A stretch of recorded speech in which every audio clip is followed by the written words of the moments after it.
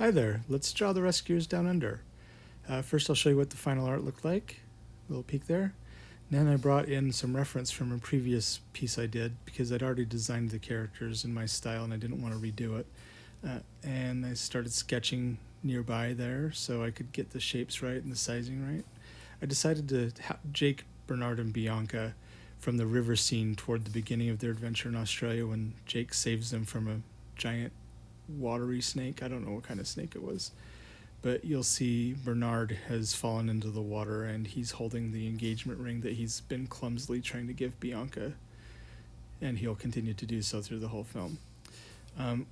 Half of what makes these pictures successful that I draw is getting the right expression and posing on them so that you feel like this is a character you've seen before. You kind of relive your fun memories of these characters.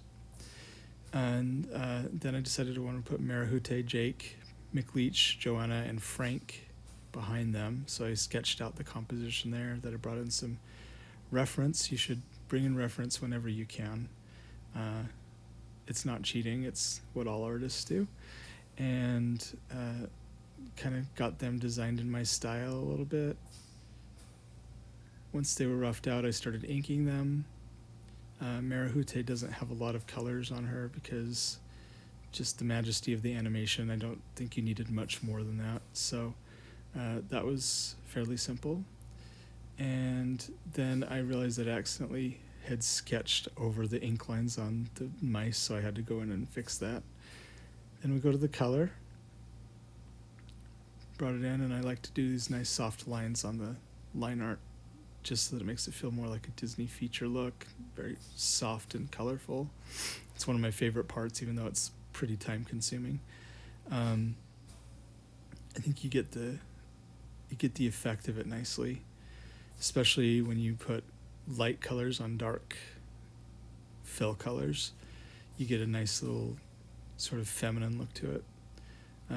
Marahute has these beautiful gold color choices that the animators gave her, and it sort of matches Cody's hair, which is interesting.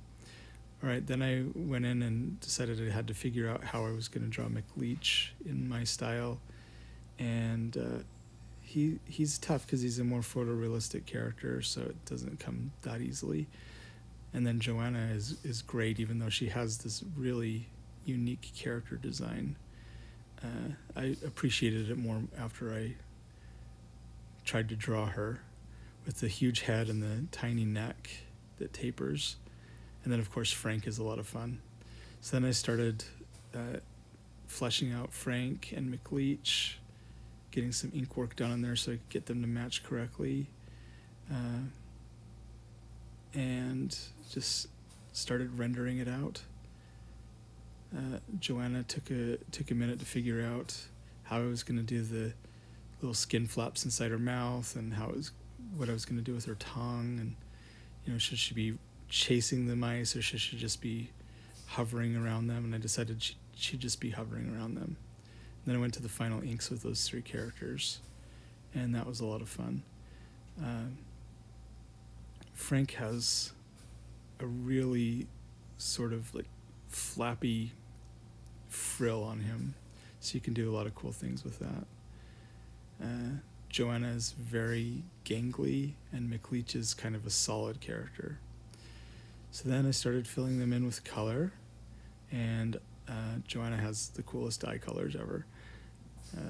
Frank has mostly green, but there's enough variance in it to make it kind of fun. I gave McLeach the little shadow under the brim of his hat to make him look a little more sinister. Kind of highlight their eyes a little bit, and just checked the characters together, added some background colors, and tried to make it look like a sort of painterly look. Put the Australian rocks behind them. Just double checked to make sure I'd got all the colors right. And there you have it.